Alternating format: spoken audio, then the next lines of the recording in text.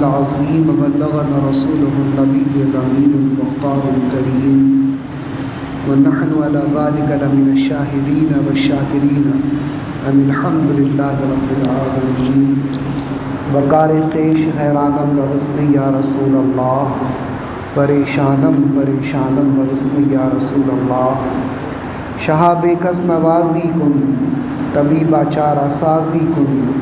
مریض درد رسیانم وغسنی یا رسول اللہ غوث اعظم بمنی بے سر و سامہ مدد قبلہ دی مدد کعبہ ایماں مدد. آئیے ہمارا آپ سب سے پہلے اپنے اور ساری کائنات کے مرکز عقیدت ارواح و نافدہ صلی اللہ تعالیٰ علیہ وسلم کی بارگاہ بکس پناہ میں درود پاک کی نظریں پیش کرنے پڑھیں. اللہم صلی علی سیدنا و مولانا محمد طب القلوب و دوائها وعافیت الابدان و شفائها ونور الابصار و ضیائها وعلی آلہ وصحبہ وبارک وسلم. حاضرین محترم، گزشتہ جمعے کو شہنشاہ اولیاء، قطب الاقطاب، قطب الافراد، غوث الاغواث، قطب الجن والانس والملائکہ سیدنا شیخ عبدالقادر جیلانی غوث الاعظم رضی اللہ تعالیٰ عنہ کے دو عظیم شاگردوں کا ذکر جمیل کرنے کی ہم نے سعادت حاصل کی. حضور غوث پاک رضی اللہ تعالیٰ عنہ کے شاگرد گرامی حضرت علامہ ابن قدامہ صاحب المغنی یہ حنبلی مذہب کے ماننے والے تھے. بعض غیر مقلدین یہ دھوکہ دیتے ہیں کہ حضور غوث پاک رضی اللہ تعالیٰ عنہ کس کے مقلد تھے. وہ یہ کہتے ہیں کہ حضور غوث پاک رضی اللہ تعالیٰ عنہ کسی کے مقلد نہیں تھے، اس لیے تقلید کرنا یہ حرام اور ناجائز ہے. اور اس کی دلیل حضور غوث پاک رضی اللہ تعالیٰ عنہ کی ذات گرامی کو پیش کرتے ہیں اس کی دلیل میں کہ حضور غوث پاک مقلد نہیں تھے، اور اس لیے مقلد نہیں تھے کہ تقلید کرنا ناجائز اور حرام ہے. اس لیے آج بھی لوگوں کو جو ہے ائمہ اربعہ کی تقلید نہیں کرنا چاہیے.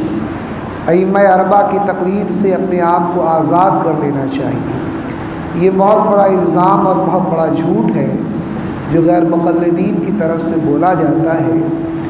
حضور غوث پاک رضی اللہ تعالیٰ عنہ کن فقہا کی یا کن مجتہدین کی تقلید کرتے تھے، اس کے تعلق سے مفتی نظام الدین صاحب نے بڑا ہی تحقیقی مضمون قلم بند کیا ہے، اور اس مضمون میں آپ نے یہ ثابت کیا ہے کہ حضور غوث پاک رضی اللہ تعالیٰ عنہ ایک زمانے میں مقلد بھی تھے، اور ایک دور ایسا بھی آیا کہ آپ مجتہد مطلق کے مقام پر فائز ہوئے، اور آپ جس امام کی تقلید کرتے تھے وہ سیدنا امام احمد بن حنبل رضی اللہ تعالیٰ عنہ کی ذات گرامی ہے. حضور غوث پاک رضی اللہ تعالیٰ عنہ مقلد تھے سیدنا امام احمد بن حنبل رضی اللہ تعالیٰ عنہ کے. اس بات کا تذکرہ خود سیدنا سرکار غوث پاک رضی اللہ تعالیٰ عنہ نے اپنی کتاب غنیت الطالبین میں فرمایا، جسے شارٹ میں غنیہ کہا جاتا ہے. اس کے مختلف مقامات پر حضور غوث پاک رضی اللہ تعالیٰ عنہ اس طرح کے جملے تحریر فرماتے ہیں کہ یہ قول ہمارے امام احمد بن حنبل کا ہے. تو یہ جملہ یہ ثابت کرتا ہے کہ حضور غوث پاک رضی اللہ تعالیٰ عنہ سیدنا امام احمد بن حنبل کو اپنا امام مانتے تھے۔ اسی لیے آپ نے لفظ استعمال فرمایا کہ یہ قول ہمارے امام احمد بن حنبل کا ہے، اور اس طرح کے جملے جو ہے غنیت الطالبین اور دوسری کتابوں کے اندر کئی مقامات پر ملتے ہیں۔ بلکہ ایک جگہ غنیت الطالبین میں سیدنا غوث پاک رضی اللہ تعالیٰ عنہ نے یہ جملہ بھی تحریر فرمایا ہے کہ یہ قول ہمارے امام سیدنا امام احمد بن حنبل شیبانی کا ہے، اللہ تبارک و تعالیٰ آپ پر رحم فرمائے اور ان کے مذہب کے اصول اور فروع میں، ان کے مذہب کے اصول اور فروع پر ہمیں وفات دے، موت دے، اور اللہ تبارک و تعالیٰ کل بروز محشر ہمارے ان کے ساتھ ہمارا حشر فرمائے۔ یہ جملہ بھی سیدنا غوث پاک رضی اللہ تعالیٰ عنہ نے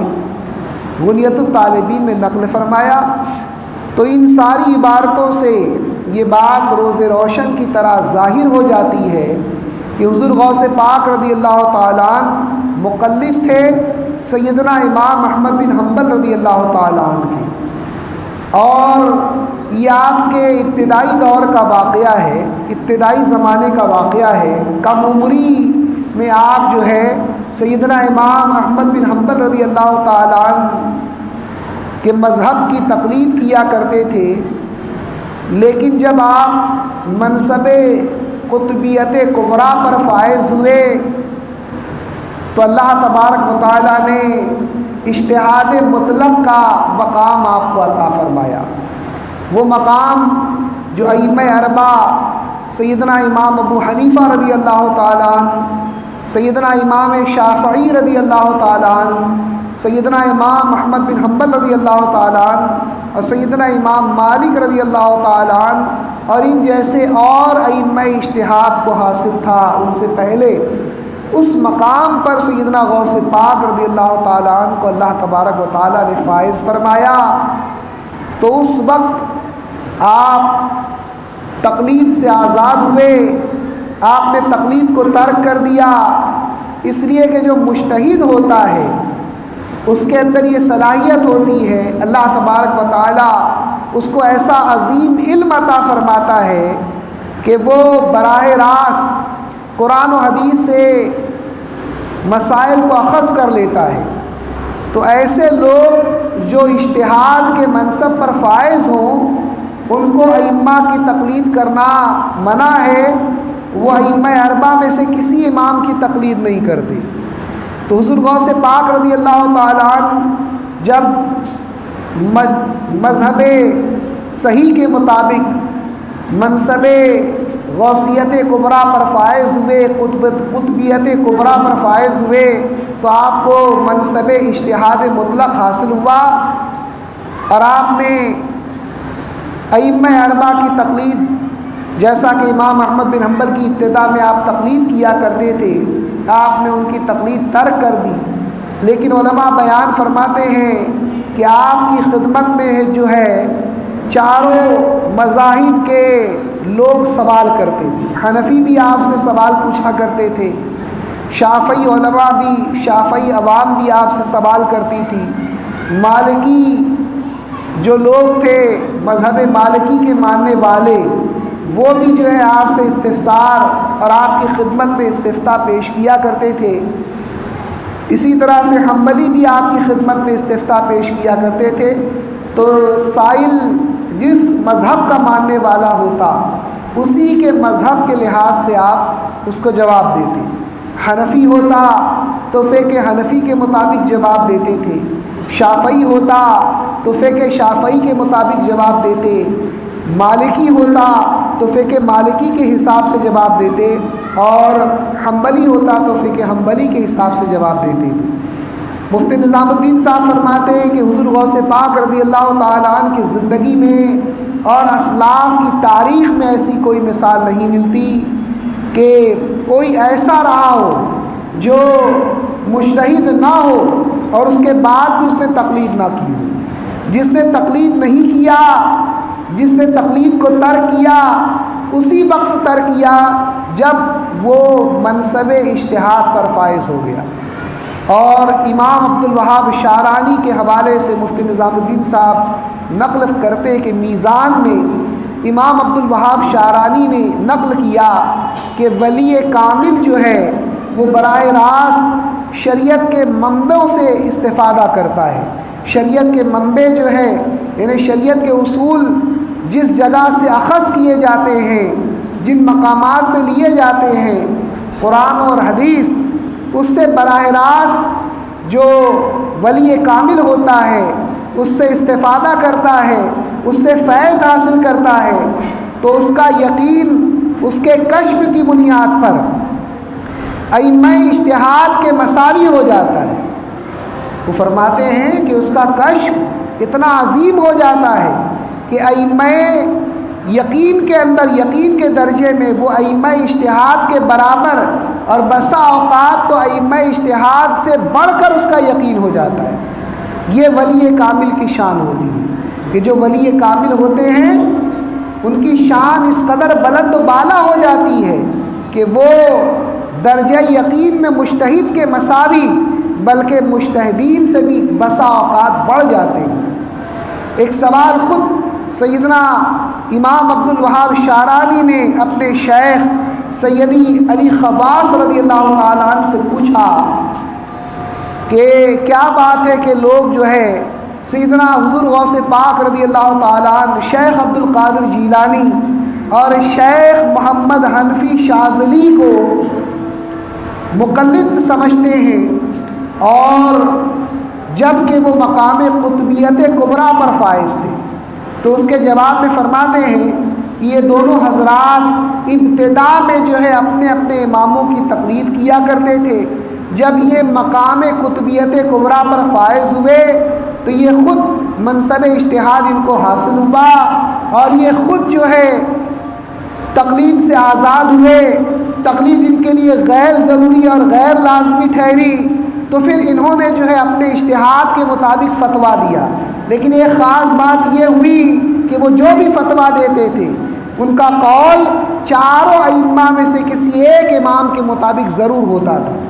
ایسا کوئی قول نہیں ہے کسی ولی کامل کا جو ائمہ اربعہ کی تقلید سے باہر ہو۔ تو یہ شان تھی سیدنا غوث پاک رضی اللہ تعالیٰ عنہ کی کہ ابتدا میں تو آپ امام احمد بن حنبل کی تقلید کیا کرتے تھے، اور اس کے بعد جو ہے اجتہاد کبریٰ کا جب آپ کو منصب قطبیت کبریٰ حاصل ہوا تو آپ مجتہد مطلق ہوئے، تو آپ نے تقلید کو ترک کر دیا، اور مجتہد کے لیے تقلید ضروری نہیں ہوتی، وہ براہ راست قرآن و حدیث سے مسائل اخذ کرتا ہے۔ اور اعلیٰ حضرت رضی اللہ تعالیٰ عنہ نے اس بات کی بڑی نفیس توضیح فرمائی۔ آپ فرماتے ہیں کہ سرکار غوث پاک رضی اللہ تعالیٰ عنہ ہمیشہ سے حنبلی تھے، ہمیشہ سے فقہ حنبلی کی آپ نے پیروی کی، لیکن جب مقام اجتہاد، مقام غوثیت کبریٰ پر فائز ہوئے تو آپ نے مذہب حنبلی کو کمزور ہوتا ہوا دیکھ کر مذہب حنبلی کے مطابق فتویٰ دیا۔ آپ اجتہاد مطلق پر فائز ہو چکے تھے، ائمہ اربعہ کو جو مقام دیا گیا تھا اس مقام پر فائز تھے، لیکن اس کے باوجود آپ نے مذہب حنبلی کو کمزور ہوتا دیکھ کر مذہب حنبلی کی تائید کے لیے آپ نے مذہب حنبلی کے مطابق فتویٰ دیا، اس لیے کہ مذہب حنبلی جو ہے امام احمد بن حنبل کو حضور اقدس صلی اللہ تعالیٰ علیہ وسلم نے خواب میں بشارت دی تھی۔ سرکار دو عالم صلی اللہ تعالیٰ علیہ وسلم نے ارشاد فرمایا امام احمد بن حنبل کو خواب میں کہ اے احمد، ہم نے اسلام کا ربع تم کو عطا کیا، یعنی چوتھائی حصہ اسلام کا ہم نے تم کو عطا کیا۔ مطلب یہ ہوا کہ اسلام کے ماننے والے 1/4 لوگ جو ہے تمہارے مذہب کی پیروی کریں گے، تمہارے قول پر عمل کریں گے، تمہاری تقلید کریں گے۔ اعلیٰ حضرت نے اس کا ذکر کیا اور اس کے بعد فرمایا کہ آپ کے زمانے میں، حضور غوث پاک کے زمانے میں مذہب حنبلی کمزور ہو رہا تھا اور آپ کا لقب محی الدین ہے۔ محی الدین کا مطلب دین کو زندہ کرنے والا، تو اسی لیے آپ نے مذہب حنبلی کی تائید فرمائی اور مذہب حنبلی کے مطابق فتویٰ دیا۔ تو یہ بات بالکل غلط ہے کہ سیدنا غوث پاک رضی اللہ تعالیٰ عنہ نے تقلید کو ترک کر دیا تھا۔ ہاں، ابتدا میں آپ نے تقلید کی، بعد میں منصب قطبیت کبریٰ کے حصول کے بعد تقلید کو ترک کر دیا۔ ایک اور اہم بات جس کے پر علماء چرچا کرتے ہیں، علماء جو ہے تحقیق کرتے ہیں، وہ یہ بات ہے کہ غنیۃ الطالبین جو حضور غوث پاک رضی اللہ تعالیٰ عنہ کی کتاب جانی جاتی ہے، اس کے تعلق سے حقائق کیا ہے؟ کیا وہ واقعتاً سیدنا غوث پاک رضی اللہ تعالیٰ عنہ کی کتاب ہے؟ تو اس سلسلے میں 12 ائمہ کے اقوال مجھے میسر آئے، کتابوں سے میں نے تلاش کیا، تو 12 ائمہ کے جو اقوال ہیں ان میں سے 7 ائمہ کرام جو ہے یہ کہتے ہیں کہ غنیۃ الطالبین سیدنا غوث پاک رضی اللہ تعالیٰ عنہ کی تصنیف ہے۔ ان 7 میں سے ایک نام ملا علی قاری رحمۃ اللہ تعالیٰ علیہ کا ہے، اسی طرح سے شاہ ولی اللہ محدث دہلوی رحمۃ اللہ تعالیٰ علیہ، اسی طرح سے صاحب قلائد الجواہر علامہ تازفی رحمۃ اللہ تعالیٰ علیہ، اسی طرح سے علامہ ابن رجب حنبلی رحمۃ اللہ تعالیٰ علیہ، اسی طرح سے علامہ ابن کثیر رحمۃ اللہ تعالیٰ علیہ، اسی طرح سے علامہ ابن رجب حنبلی، یہ سارے ائمہ، اور ابھی جدید دور کے علماء میں علامہ صدر الورا مصباحی صاحب، مفتی نظام الدین مصباحی صاحب، یہ ائمہ یہ کہتے ہیں کہ غنیۃ الطالبین جو ہے وہ سیدنا غوث پاک رضی اللہ تعالیٰ عنہ کی کتاب ہے۔ ان ائمہ کا یہ کہنا ہے کہ غنیہ جو ہے حضور غوث پاک کی تصنیف ہے، اور حضور غوث پاک رضی اللہ تعالیٰ عنہ کی اس تصنیف کے حوالے سے اعلیٰ حضرت کا موقف یہ ہے کہ اعلیٰ حضرت رضی اللہ تعالیٰ عنہ نے فتاوی رضویہ میں یہ لکھا کہ غنیۃ الطالبین جو ہے یہ حضور غوث پاک رضی اللہ تعالیٰ عنہ کی کتاب ہے، اس بات میں شبہہ ہے۔ اور شیخ عبدالحق محدث دہلوی رحمۃ اللہ تعالیٰ علیہ غنیۃ الطالبین کے تعلق سے فرماتے ہیں کہ غنیۃ الطالبین سرے سے جو ہے حضور غوث پاک رضی اللہ تعالیٰ عنہ کی کتاب نہیں ہے۔ اور علامہ صدر الورا مصباحی جو بہت بڑے محقق ہیں ہماری جماعت کے، اور جامعۃ الاشرفیہ میں استاذ کی حیثیت سے تدریس کا فریضہ انجام دیتے ہیں، علم حدیث پڑھاتے ہیں، بڑی گہری نظر ہے، وہ فرماتے اپنے مضمون میں کہ جمہور علماء کا یہ قول ہے کہ غنیۃ الطالبین حضور غوث پاک رضی اللہ تعالیٰ عنہ کی کتاب ہے۔ جو لوگ اس بات کو تسلیم کرتے ہیں کہ غنیۃ الطالبین حضور غوث پاک رضی اللہ تعالیٰ عنہ کی کتاب ہے، یہ تسلیم کرنے کے بعد بھی بعض ائمہ ایسے ہیں جو یہ کہتے ہیں کہ یہ تسلیم کرنے کے باوجود بھی یہ بات یقینی طور پر معلوم ہے، یہ بات ضرور ہے کہ غنیۃ الطالبین میں کچھ الحاقات بھی ہیں، بعض مقامات پر بد مذہبوں نے اپنی طرف سے عبارتیں اس کے اندر ملا دی ہیں۔ ان میں ایک نام جو اس بات کے قائل ہیں کہ غنیۃ الطالبین کے بعض مقامات پر دشمنان اسلام نے جو ہے اپنی طرف سے عبارتیں شامل کر دی ہیں،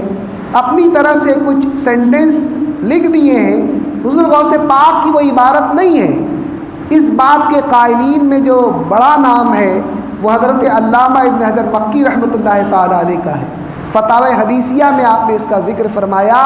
کہ حضور غوث پاک رضی اللہ تعالیٰ عنہ کی کتاب غنیۃ الطالبین کے بعض مقامات پر الحاق کیا گیا ہے، یعنی ان کی عبارت جو ہے دوسرے لوگوں نے حضور غوث پاک کے نام سے اس کے اندر شامل کر دی ہے، اور وہ عبارت اور وہ اقتباس حضور غوث پاک رضی اللہ تعالیٰ عنہ کا نہیں ہے۔ دوسرا نام صاحب نبراس شرح عقائد علامہ تفتازانی کی بہت مشہور و معروف کتاب ہے، اس کتاب کی شرح لکھی ہے حضرت علامہ عبدالعزیز برہاری رحمۃ اللہ تعالیٰ علیہ۔ انہوں نے بھی اس بات کا ذکر کیا کہ اس کتاب کے اندر الحاق ہوا ہے۔ اسی طرح سے علامہ عبدالحکیم سیالکوٹی رحمۃ اللہ تعالیٰ علیہ، انہوں نے بھی حضور غوث پاک رضی اللہ تعالیٰ عنہ کی کتاب غنیت الطالبین کا ترجمہ فارسی زبان میں کیا۔ ان کے زمانے میں ایک بزرگ تھے جو سلسلہ قادریہ سے تعلق رکھتے تھے اور بڑے ولی کامل تھے، ان کی فرمائش پر علامہ عبدالحکیم سیالکوٹی نے جو ہے غنیت الطالبین کا فارسی زبان میں ترجمہ کیا، اور ان کے صاحبزادے عبداللہ اللبیب انہوں نے اس کتاب کے خطبے میں لکھا کہ میرے والد ماجد کو روحانی طور پر سیدنا غوث پاک رضی اللہ تعالیٰ عنہ کی اجازت حاصل تھی۔ جب آپ کو اجازت ملی حضور غوث پاک رضی اللہ تعالیٰ عنہ کی طرف سے، تب آپ نے غنیت الطالبین کا ترجمہ فارسی زبان میں کیا۔ تو یہ ترجمہ جو فارسی زبان میں علامہ عبدالحکیم سیالکوٹی نے کیا، یہ حضور غوث پاک رضی اللہ تعالیٰ عنہ کی اجازت سے کیا۔ وہ بھی فرماتے ہیں، وہ بھی اس بات کا ذکر کرتے ہیں کہ غنیت الطالبین کے بعض مقامات، مثلا حنفیہ کے تعلق سے ایک عبارت ہے، حنفیوں کے تعلق سے، اس کے تعلق سے فرماتے ہیں کہ یہ عبارت الحاقی ہے، یعنی حضور غوث پاک رضی اللہ تعالیٰ عنہ کی نہیں ہے، بلکہ دشمنان اسلام نے حضور غوث پاک رضی اللہ تعالیٰ عنہ کی طرف سے حضور غوث پاک رضی اللہ تعالیٰ عنہ کے نام سے جو ہے جھوٹ باندھا آپ کے نام پر اور اپنی طرف سے شامل کر دیے، وہ عبارت غنیہ کے اندر۔ تو علامہ عبدالحکیم سیالکوٹی رحمۃ اللہ تعالیٰ علیہ یہ بھی بہت بڑے محقق تھے۔ اب کسی بھی قول کا جو قائل ہوتا ہے اس کا وزن کتنا ہے، جب تک آپ اس کی شخصیت سے واقف نہیں ہوں گے، اس کے قول کے وزن کی اہمیت نہیں ہوگی، معلوم نہیں ہوگی کہ قائل جو کہہ رہا ہے وہ کتنا وزندار ہے، اس کی بات کتنی پختہ ہے۔ جب تک اس کی شخصیت کے بارے میں آپ نہیں جانیں گے تو اس کے قول کی پختگی اور اس کے قول کی قوت اور اس کے قول کی اہمیت کا اندازہ ہم کو نہیں ہو پائے گا۔ صرف نام سنتے تھے علامہ عبدالحکیم سیالکوٹی رحمۃ اللہ تعالیٰ علیہ کا، ان کی زندگی پاک کے بارے میں بہت کم معلومات کتابوں میں ملتی ہے۔ کچھ مختصر سی باتیں جو مطالعے میں آئی وہ آپ کے سامنے پیش کروں۔ حضرت علامہ عبدالحکیم سیالکوٹی رحمۃ اللہ تعالیٰ علیہ، آپ کی پیدائش جو ہے سن ہجری 971 میں پنجاب کا ایک قصبہ سیالکوٹ تھا، اس میں ہوئی۔ آپ کے والد ماجد کا نام مولانا شمس الدین رحمۃ اللہ تعالیٰ علیہ تھا، اور آپ کی ولادت جو 971 ہجری میں بیان کی جاتی ہے، اس کے تعلق سے بھی مورخین نے اندازہ لگایا ہے، گمان کیا ہے۔ تحقیقی بات نہیں معلوم ہے کہ کب ولادت ہوئی، لیکن اتنا ضرور معلوم ہے کہ علامہ عبدالحکیم سیالکوٹی جو ہے یہ مجدد الف ثانی رحمۃ اللہ تعالیٰ علیہ کے ہم درس تھے، ان کے ساتھ پڑھا کرتے تھے۔ تو مجدد الف ثانی رحمۃ اللہ تعالیٰ علیہ، علامہ عبدالحکیم سیالکوٹی اور ملا سعد اللہ خان جو بعد میں شاہ جہاں کے وزیر اعظم ہوئے، یہ تینوں دوست تھے، اور ایک ہی ساتھ مولانا کمال الدین کشمیری رحمۃ اللہ تعالیٰ علیہ کے پاس علم حاصل کیا کرتے تھے، اور ملا سعد اللہ خان جو ہے بعد میں شاہ جہاں کے وزیر بھی بنے۔ حضرت علامہ عبدالحکیم سیالکوٹی اگرچہ یہ ہم درس تھے، ہم سبق تھے مجدد الف ثانی کے، لیکن جب ان کی نظر سے مجدد الف ثانی رحمۃ اللہ تعالیٰ علیہ کا ایک رسالہ گزرا، تو اس رسالے کے معارف اور اس کے انوار اور اس کے علمی نکات کو دیکھ کر آپ اس قدر متاثر ہوئے کہ آپ نے حضرت مجدد الف ثانی کو محبوب سبحانی، امام ربانی اور مجدد الف ثانی کے لقب سے یاد کیا۔ مجدد الف ثانی کا لقب آپ کو علامہ عبدالحکیم سیالکوٹی رحمۃ اللہ تعالیٰ علیہ نے دیا، اور آپ کا یہ لقب اتنا زیادہ مقبول ہوا کہ مجدد الف ثانی کے دیگر القاب لوگ بھول گئے، لیکن مجدد الف ثانی یہ لقب جو ہے علامہ عبدالحکیم سیالکوٹی کا دیا ہوا لوگوں کو یاد رہ گیا۔ تو بہت متاثر ہوئے علامہ عبدالحکیم سیالکوٹی۔ جب آپ کی عمر 53 یا 54 سال کی ہوئی تو آپ نے حضرت مجدد الف ثانی رحمۃ اللہ تعالیٰ علیہ کے ہاتھ پر بیعت کر لی، ان کے مرید ہو گئے۔ علامہ عبدالحکیم سیالکوٹی مرید ہو گئے مجدد الف ثانی رحمۃ اللہ تعالیٰ علیہ کے، اور حضرت مجدد الف ثانی آپ کا بہت احترام کیا کرتے تھے، حالانکہ آپ مرید تھے۔ علامہ عبدالحکیم سیالکوٹی مرید تھے مجدد الف ثانی کے، لیکن اس کے باوجود مجدد الف ثانی ان کا بہت احترام کیا کرتے تھے، اور آپ کو آفتاب پنجاب کے خطاب سے یاد کیا۔ یہ مجدد الف ثانی کی شخصیت بھی معمولی شخصیت نہیں ہے۔ ہم لوگ پڑھتے نہیں ہیں نا، ہم کو ہمارے ماضی کے بزرگوں کے بارے میں بہت کم معلومات ہیں۔ اتنا عظیم کارنامہ انجام دیا آج اسلام جو ہندوستان میں صحیح شکل میں باقی ہے، اس میں حضرت مجدد الف ثانی رحمۃ اللہ تعالیٰ علیہ کا بہت عظیم کردار ہے۔ ورنہ اکبر نے تو اصل اسلام کی شکل اس قدر بدل دی تھی کہ بے شمار کفریہ رسوم و رواج، مشرکانہ رسوم و رواج اس نے شامل کر دیا تھا، اور ایک نیا دین بنایا جس کا نام اس نے دین الہی رکھا تھا۔ تو اکبر کے خلاف سب سے پہلے علم جہاد حضرت علامہ مجدد الف ثانی رحمۃ اللہ تعالیٰ علیہ نے بلند کیا اور اس کے فتنے کا خاتمہ کیا۔ یہ آپ کی کاوشوں کا اثر ہے کہ اسلام اصلی خد و خال میں آج ہمارے سامنے موجود ہے۔ بہت بڑا کردار آپ کا رہا ہے۔ تو وہ ذات گرامی جو ہے علامہ عبدالحکیم سیالکوٹی کو آفتاب پنجاب کے نام سے یاد کرتی ہے، اور آپ کے تعلق سے فرماتے ہیں مجدد الف ثانی رحمۃ اللہ تعالیٰ علیہ کہ پورے ہندوستان میں ان کے جیسا کوئی عالم نہیں ہے۔ علامہ عبدالحکیم سیالکوٹی کے بارے میں مجدد الف ثانی فرماتے ہیں کہ پورے ہندوستان میں ان کے جیسا کوئی عالم نہیں ہے، اور آپ کو اتنی مہارت علوم و فنون پر تھی کہ آپ علم تفسیر کے ماہر تھے، علم کلام کے ماہر تھے، علم فلسفہ کے ماہر تھے، اصول فقہ کے ماہر تھے۔ اسی طرح سے علم بلاغت میں آپ کے جیسا کوئی پیدا نہیں ہوا، ایسا مورخین نے ذکر کیا ہے۔ علامہ عبدالحکیم سیالکوٹی کے بارے میں آپ ابتدا میں اکبر کے زمانے میں، اکبر بادشاہ کے زمانے میں جب یہ سدھرا ہوا تھا، جب دین الہی اس نے قائم نہیں کیا تھا، اس وقت کی بات ہے، مدارس جو ہے مغل سلاطین نے قائم کیے تھے، اور اس زمانے میں مغل سلاطین کے زمانے تک، مغل بادشاہوں کے زمانے تک جو ہے مدارس اسلامیہ کی اعانت اور ان کا تعاون بادشاہان وقت کیا کرتے تھے۔ جو بادشاہ ہوا کرتے تھے، جتنے بھی مدارس ہوتے تھے ہندوستان کے، سب کی کفالت جو ہے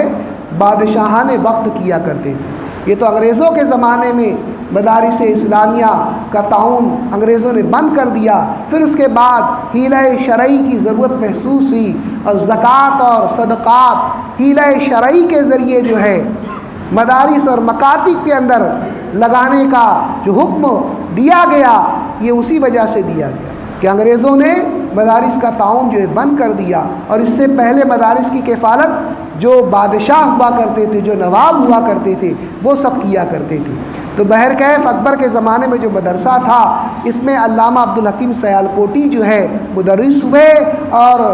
ملا لاہوری کے لقب سے ملقب ہوئے۔ آپ کو لقب دیا گیا فاضل لاہوری۔ یہ ملا لفظ جو ہے اس زمانے میں تعظیم کے لیے استعمال کیا جاتا ہے۔ اس بات کی بھی وضاحت کر دوں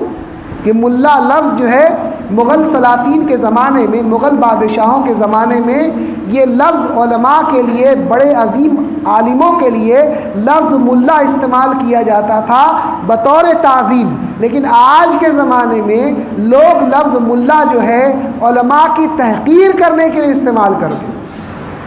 علماء کی توہین کرنے کے لیے استعمال کرتے ہیں۔ تو آج کے زمانے میں علماء کرام کے لیے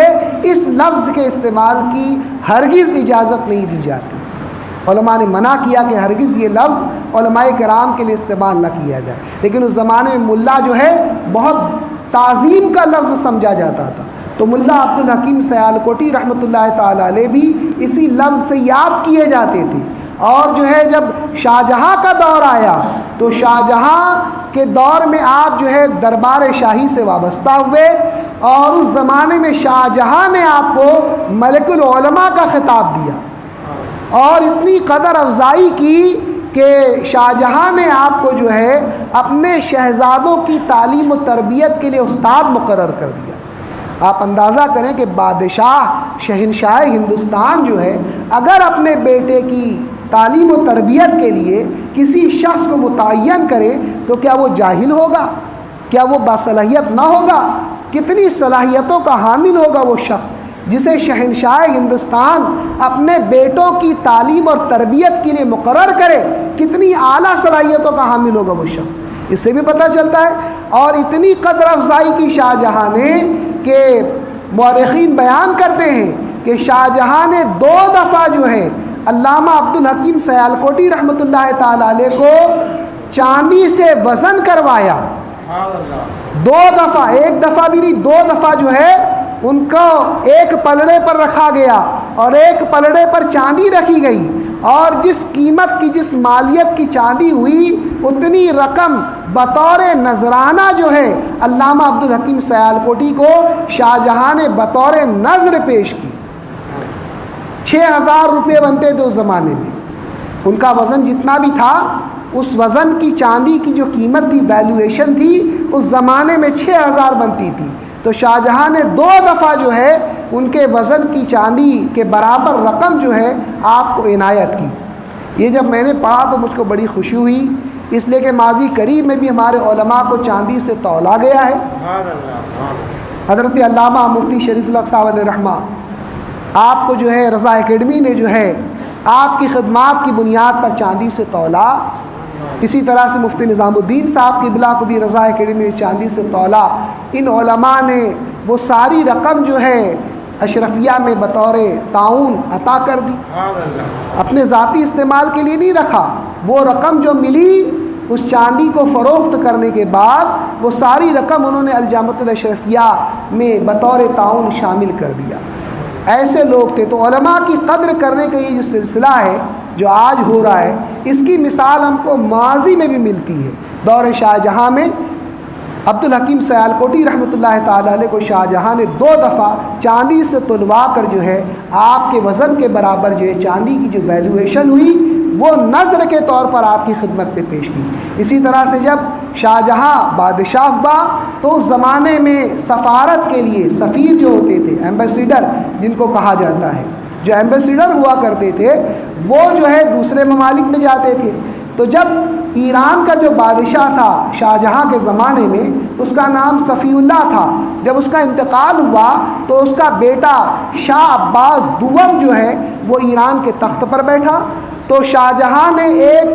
وفد، ایک ڈیلیگیشن جو ہے ایران بھیجا علماء کا،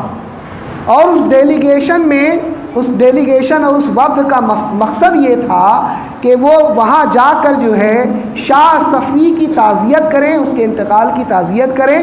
اور شاہ عباس دوم جو ایران کے تخت پر متمکن ہوا تھا اس کی خدمت میں ہدیہ تہنیت پیش کریں، اس کو مبارکباد دیں۔ اس مقصد کے تحت یہ وفد گیا تھا ایران۔ تو اس وفد کی جب ایران روانگی ہوئی، جب وہ ایران کے بادشاہ شاہ عباس دوم کے دربار میں پہنچے تو ایک علمی مجلس منعقد کی گئی۔ ان ساری باتوں سے ہم کو اس زمانے کا ماحول بھی سمجھ میں آتا ہے، یہ صرف کہانی قصے کی باتیں نہیں ہیں۔ آپ دیکھیے کہ بادشاہان زمانہ کا علمی مزاج کتنا تھا۔ آج تو لوگ جو ہے عام لوگ علم کی طرف توجہ نہیں دیتے، جن کو بہت مصروفیت کم ہوتی ہے، جو اپنے کام کاج کے بعد بھی علم حاصل کر سکتے ہیں، وہ لوگ بھی علم حاصل نہیں کرتے۔ لیکن وہ لوگ جو حکومت سنبھالا کرتے تھے، وہ لوگ بڑی اہم ذمہ داری پر فائز ہوتے تھے، بہت مصروف ہوتے تھے، لیکن اس کے باوجود ان کے دلوں میں علم دینیا کا ایک ایسا عظیم جذبہ تھا۔ مورخین لکھتے ہیں کہ اس وفد نے ایک علمی مذاکرے کے دوران، جو بادشاہ ایران تھا اس کا وزیر تھا اعتماد الدولہ، اس نے ایک علمی سوال کیا اس وفد کے علماء سے۔ اس نے ایک علمی سوال اس وقت کے جو علماء تھے ان سے کیا کہ امام غزالی نے اپنی کتابوں کے اندر قدم عالم، علم باری تعالی اور اسی طرح سے ایک تیسرے مسئلے کا ذکر کیا کہ ان معاملے میں جو ہے امام غزالی نے جو ہے فلاسفہ کی تکفیر کی ہے، فلسفیوں کو کافر قرار دیا ہے۔ پہلا مسئلہ تھا قدم عالم، عالم قدیم ہے یعنی ہمیشہ سے ہے، یہ فلسفیوں کا عقیدہ ہے، ایسا عقیدہ رکھنا کفر ہے۔ اللہ تبارک و تعالیٰ کی ذات کے علاوہ کوئی چیز قدیم نہیں ہے، تو قدیم قدامت عالم کا یہ نظریہ فلسفیوں کا ہے، جو فلاسفر ہوا کرتے تھے ان کا یہ عقیدہ ہے کہ عالم ہمیشہ سے ہے، تو اسے قدم عالم سے تعبیر کیا جاتا ہے، تو ان کا یہ عقیدہ تھا۔ دوسرا عقیدہ علم باری تعالیٰ کے تعلق سے تھا کہ اللہ تعالیٰ کا علم جو ہے وہ محدود ہے، اس طرح کا ان کا عقیدہ تھا معاذ اللہ۔ اسی طرح سے تیسرا جو عقیدہ تھا وہ مرنے کے بعد دوبارہ اٹھنا اور دوبارہ اٹھنے کے بعد لوگوں کا حشر ہونا، اس کے بھی وہ منکر تھے، اس کا بھی انکار کیا کرتے تھے۔ ان تینوں عقیدوں کے حاملین جتنے فلاسفر تھے امام غزالی نے سب کی تکفیر کی، سب کو کافر قرار دیا۔ تو اعتماد الدولہ نے اس وقت سوال کیا اس وفد کے علماء سے کہ امام غزالی نے تو تکفیر کی، کافر قرار دیا، لیکن بعض علماء ان معاملات میں، ان تینوں مسئلے میں ان کی تعویل کرتے ہیں، یعنی ان کو کافر قرار نہیں دیتے، ان کی بات کو کفر سے پھیرتے ہیں، ان کی بات کی ایسی تعویل کرتے ہیں، ایسا مفہوم بیان کرتے ہیں جس کی وجہ سے کفر واقع نہیں ہوتا۔ تو آپ لوگوں کا کیا اس تعلق سے موقف ہے؟ علماء عرب، علماء بر صغیر، پاکستان اور ہندوستان اس وقت ایک زمانے میں ایک ہی تھا، تو اس وزیر نے سوال کیا، وزیر اعظم نے، کہ اس کے تعلق سے علماء ہند کا کیا موقف ہے، تو اس کا جواب نہیں دے سکے۔ جب یہ خبر شاہ جہاں تک پہنچی کہ ہمارا وفد جو ڈیلیگیشن گیا تھا اور اس وفد کے جو علماء تھے انہوں نے شاہ ایران کے وزیر اعظم کا جو سوال تھا اس کا مدلل جواب نہیں دیا، تو وزیر اعظم سے اس نے رابطہ قائم کیا۔ وزیر اعظم سعد اللہ خان اس نے جو ہے علامہ عبدالحکیم سیالکوٹی کو حکم دیا کہ آپ جو اسی وقت فوراً جو ہے ان تینوں مسئلوں کا جواب لکھیں اور دربار دلی بھیجیں تاکہ یہ رسالہ جو ایران بھیجا جا سکے۔ علامہ عبدالحکیم سیالکوٹی نے اسی وقت تینوں مسئلوں پر ایک نہایت ہی زبردست کتاب لکھی جس کا نام الرسالۃ الخاقانیہ تھا۔ اس رسالے میں آپ نے تینوں مسئلوں میں امام غزالی کی تائید کی اور فلسفہ کو کافر قرار دیا اور ان کا زبردست رد کیا۔ اس طرح سے علامہ عبدالحکیم سیالکوٹی نے جو ہے دربار ایران کے اندر بھی جو ہے اپنی علمی ہیبت سے ایک اونچا مقام حاصل کر لیا۔ تو یہ علامہ عبدالحکیم سیالکوٹی، ان کا موقف یہ ہے کہ غنیۃ الطالبین جو حضور غوث پاک رضی اللہ تعالیٰ عنہ کی کتاب قرار دی جاتی ہے اس کے بعض مقامات پر الحاقات ہیں۔ الحاقات کا مطلب وہ عبارت حضور غوث پاک کی نہیں ہے، لوگوں نے دشمنان اسلام میں حضور غوث پاک کے نام سے وہ عبارتیں ان کی کتاب میں شامل کر دی ہیں۔ وہ بعض مقامات ہیں، ان مقامات کے تعلق سے آپ کو علماء سے رجوع کرنا چاہیے کہ وہ کون سے مقامات ہیں جہاں پر الحاقات ہوئے۔ اللہ تعالیٰ سیدنا غوث پاک رضی اللہ تعالیٰ عنہ کے فیض و برکات سے ہم سب کو مالا مال۔ آپ معمار ملت چینل کو سبسکرائب کریں، لائک کریں اور اپنے مفید مشوروں سے، کمنٹ سے، مثبت کمنٹ سے ہمیں نوازیں۔ آپ سے گزارش ہے کہ اس چینل کو زیادہ سے زیادہ سبسکرائب کریں تاکہ ہم ہمارے پیغام کو دنیا کے کونے کونے تک پہنچا سکیں۔